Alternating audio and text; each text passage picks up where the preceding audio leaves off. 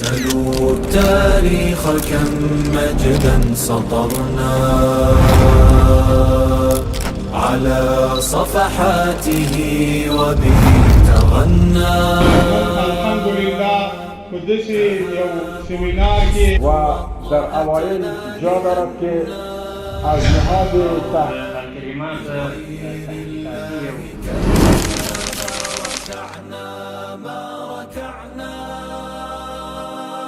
کوم ملګرو چې په دغه سیمینار کې له موږ سره همکاري کړې ده د دې په جوړولو کې منډې ترړې کړې دي الله رب ذوالجلال دې ټولو ته نعم البدل والنصیب وګرځوي. محترم مسلمانانو، دا یو داسې بهترین مجلس ده چې دا د علم مجلس ده. داسې یو مجلس ده چې د دې باره کې رسول الله صلی الله علیه وسلم فرمایي لا یشقى جلیسه، چې د دې مجلس کې ناستونکی به هیڅکله بدبخته ونه ګرځېږي. همدارنګه رسول الله صلی الله علیه وسلم فرمایي چې دا یو داسې مجلس ده حفتهم الملائکة، چې د رحمت ملائکو دا پټ کړی وي په رحمت دی الله تعالی باندې.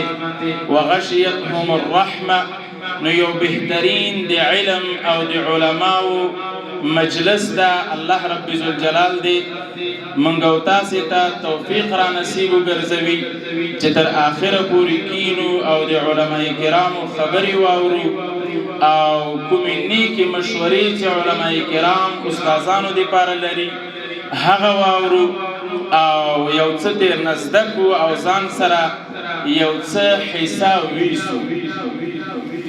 محترم مسلمانانو، دما موضوع چې دا هغه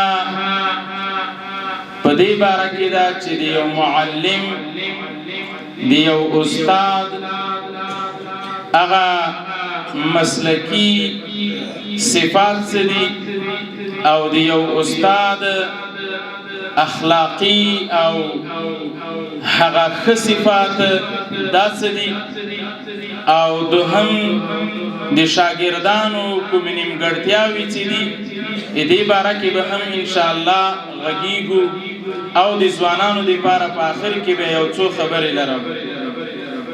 محترم مسلمانانو، علم دا د الله تعالی صفت ده.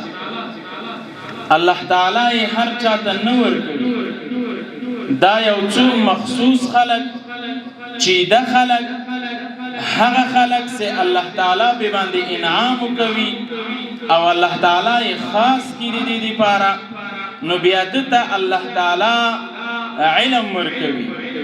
دا د الله تعالی یو لوی صفت ده.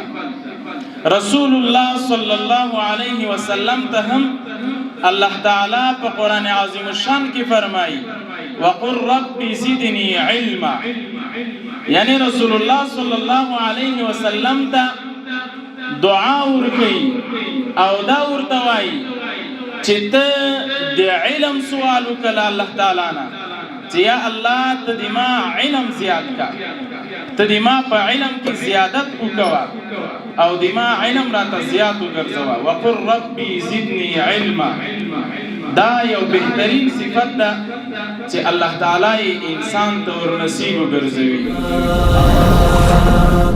تهاب الأسد وطأتنا لأننا لغير الله كلا ما ركعنا.